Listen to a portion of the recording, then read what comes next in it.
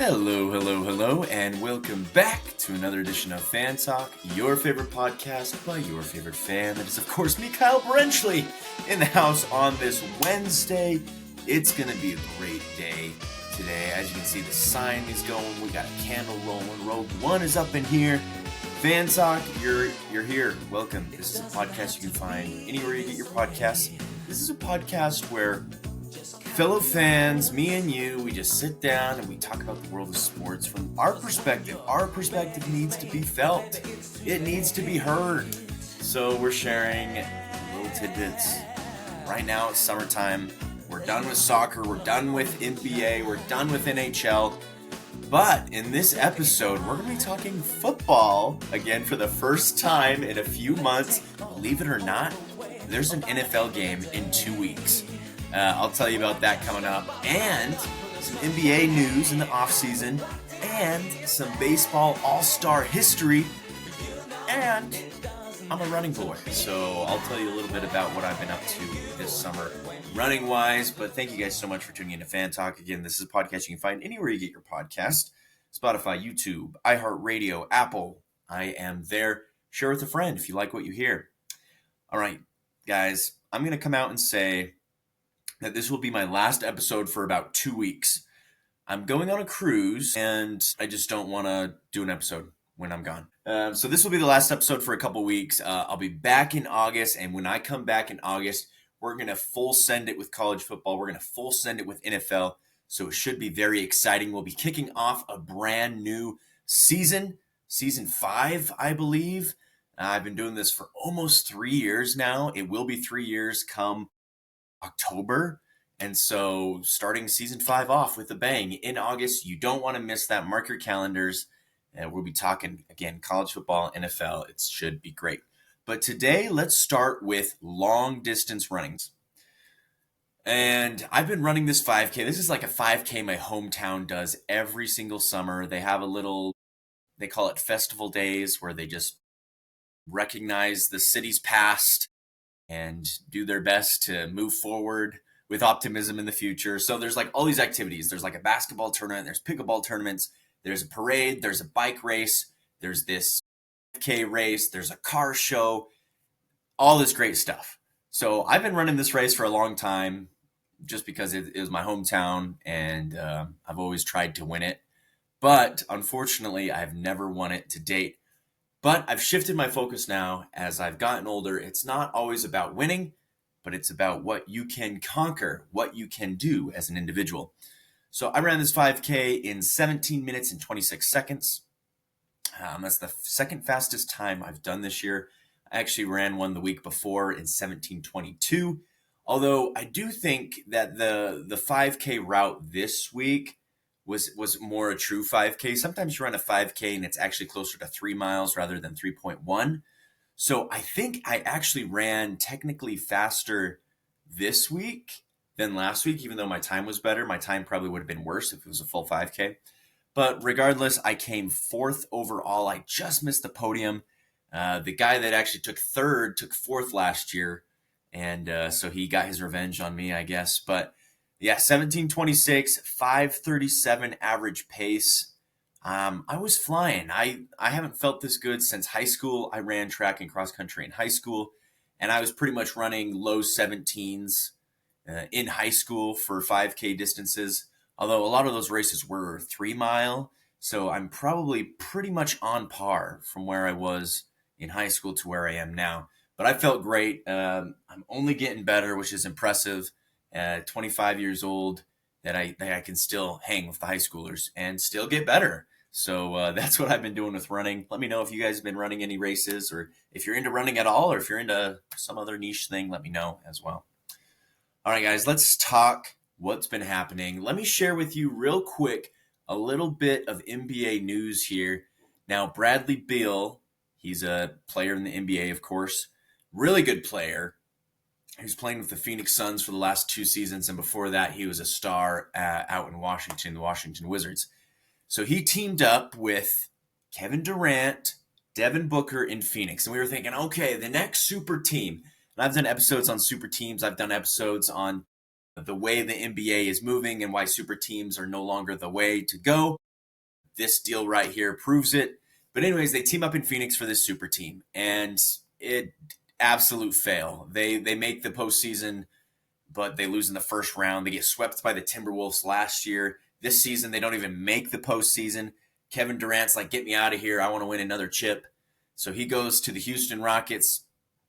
They're like, okay, what are we going to do with Bradley Beal? Devin Booker's obviously our franchise player, so we pay him and rebuild around him.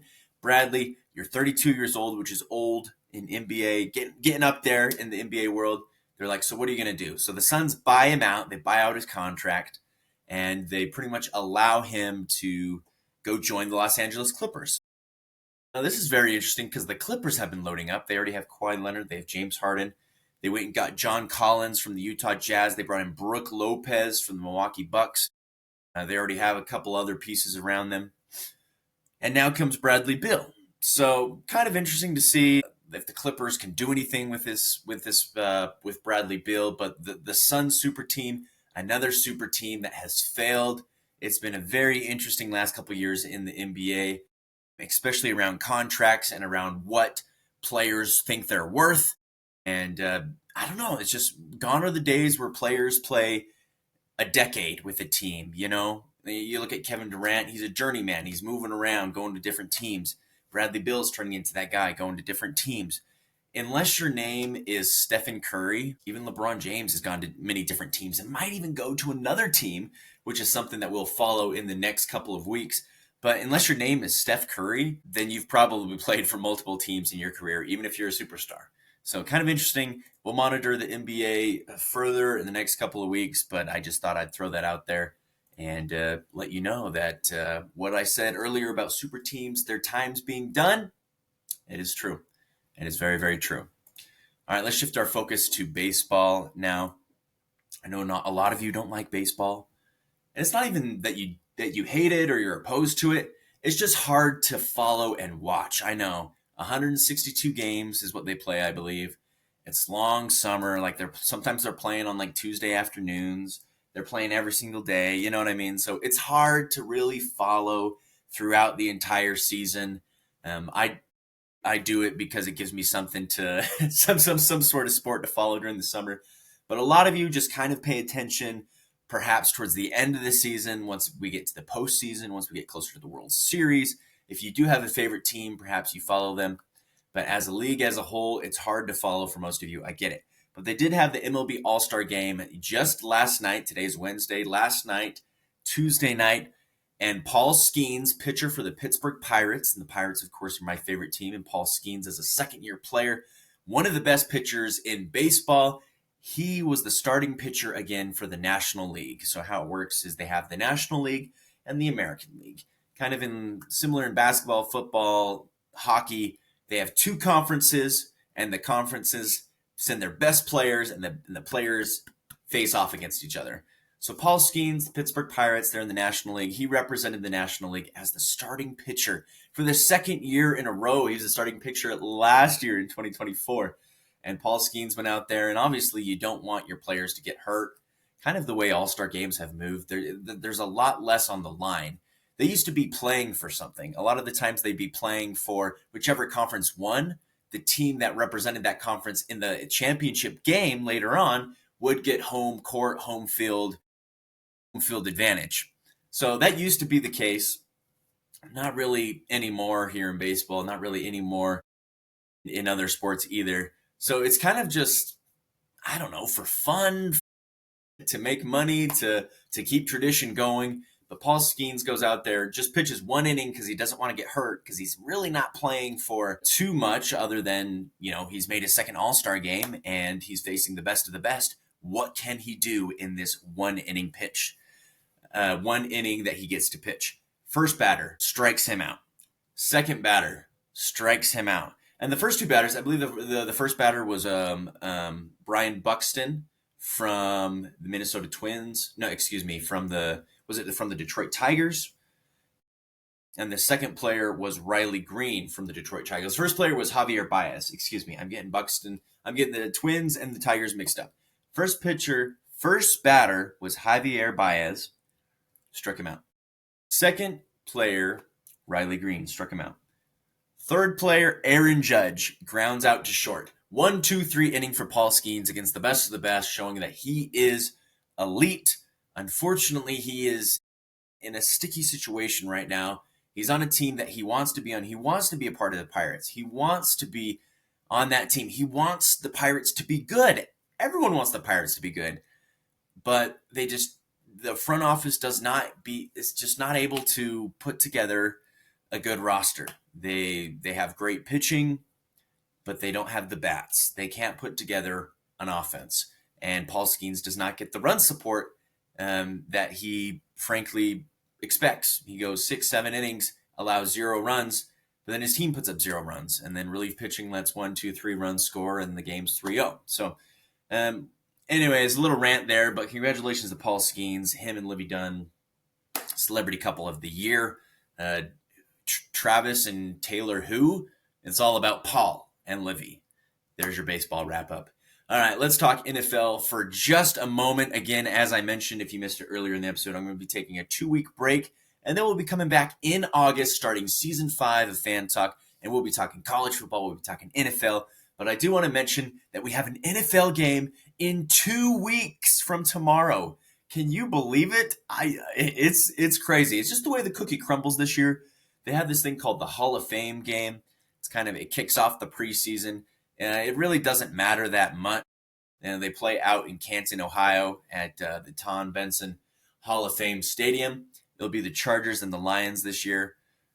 They don't really put out their best. They just, let their players play and have backups and third stringers, fourth stringers really get their opportunity to see who's going to make the roster, who's going to belong on the team come September. But July 31st, that is when the preseason kicks off. And then, through the first couple weeks of August, we'll have NFL teams playing each other in the preseason. Should be really interesting this NFL season. There's been a lot of moves in the offseason. NBA is not the only league where a lot of moves are happening. NFL, too, a lot of players are jumping around to different teams. My team is the Denver Broncos, so I'm very excited to see what they do in year 2 under Bo Nix after making the postseason for the first time in 10 seasons. In Bo Nix's rookie year, going 10-7 and making a playoff game. I'm really excited to see what they do. Let me know what your NFL team is down below. It should be exciting to see what teams show up. A lot of teams have rookie quarterbacks. A lot of teams have new players, new coaches, yada, yada, yada. So we'll be talking all about that and more in a couple weeks. You don't want to miss the Fan Talk Season 5 preview. It will be in 2 weeks again, as I mentioned, because I will be gone for the next little while. So thank you guys so much for tuning into this season finale, I guess, of Fan Talk. Again, you can find this podcast anywhere you get your podcast. If you like what you saw and or heard, please please rate me on Spotify. Please comment down below and share with a friend. And go have a wonderful, wonderful summer. Stay cool out there, my friends. And I'll see you guys next week for another edition of Fan Talk.